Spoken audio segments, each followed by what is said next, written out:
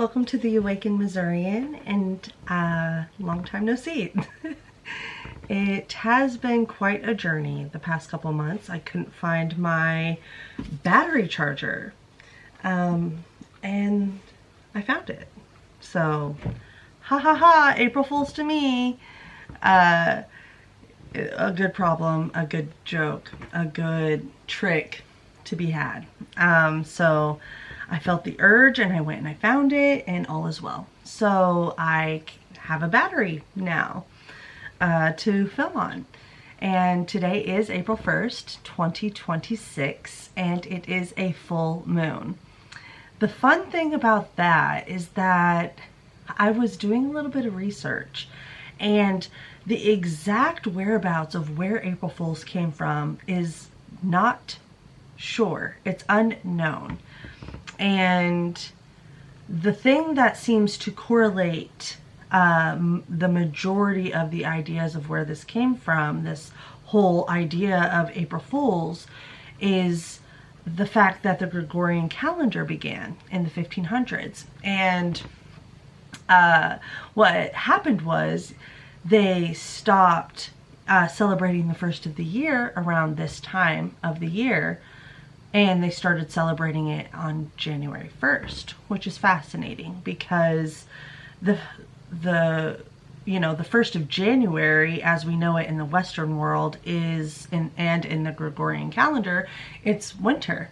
Everything's still dead, everything is still dormant, things in the earth are still not producing fruit, and therefore things are not alive. Things are not, vibrant. Things are not being, they're full of selves, and the new year, essentially, the equinox, when things are equal in time, is more like when the new year should happen. And even in the video that I received of the full moon rising in the east was different, because I've been learning a lot about Vedic astrology, which is not the same as Western astrology. Vedic astrology is like a sign behind what Western astrology says is happening. So as the moon was rising in the Stellarium app, it was saying it was in Virgo, which would make a lot of sense in the actuality of what everything is, because there's been a lot of freezes over the past few weeks randomly. And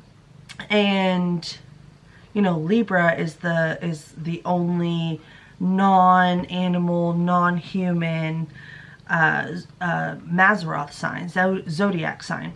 And so it's all about scales, things being balanced. But Vedic astrology says it's in the sign of Virgo, which is interesting because the earth can be seen as a sign of Virgo. It's an earthly sign.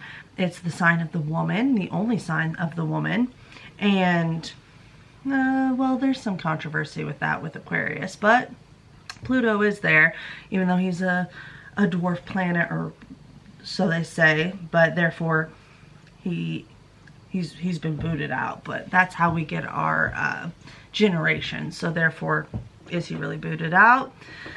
Who's to say? So nonetheless, Virgo, being in the rising sign as the full moon is taking place, is a very interesting idea, especially since now is probably a better time to be planting things than it was even a month ago. And I enjoy that idea, even though I'm not exactly sure what to believe with the Vedic and Western astrology, because I still highly recommend and relate to Western astrology. So it's something that I'm working through and learning more about, and discovering exactly what I do believe when it comes to the idea of the heavens, because God is actually in control of that, and what he says goes. What God says goes. What God says, he declares, and what he declares I want to utilize. And therefore I'm still learning about all of these things. It's all still very new to me. This entire world came to me in 2021. But yeah, I just think it's fascinating that today is April Fool's Day and there's a full moon, you know, so we're letting things go, we're releasing, the moon is releasing, the moon will now be getting smaller in the firmament of the sky, and therefore things that we feel, things of our body, that we're going to be releasing. And this is a good time to release. And I think that's beautiful. I think that's wonderful. I think it's precious. And I think that learning new things is fun and exciting and strikes curiosity, as it should. And it's not fair to be in a box and to have all of your beliefs in one box, because if you think you know everything, how can you grow? How can you change your ideas, you know? God says in his word that, you know, you do not know me because the traditions of man. Something along those lines. The traditions of men, KJV, says Mark 7:7. And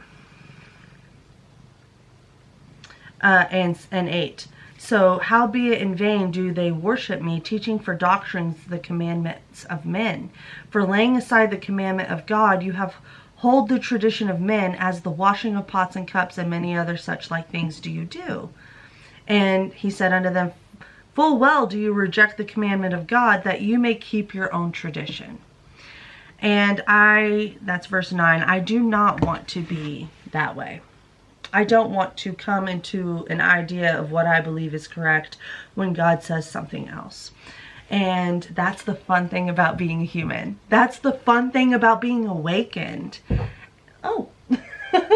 and it's exciting, and it's new, and it's fresh, and there's curiosity being sparked.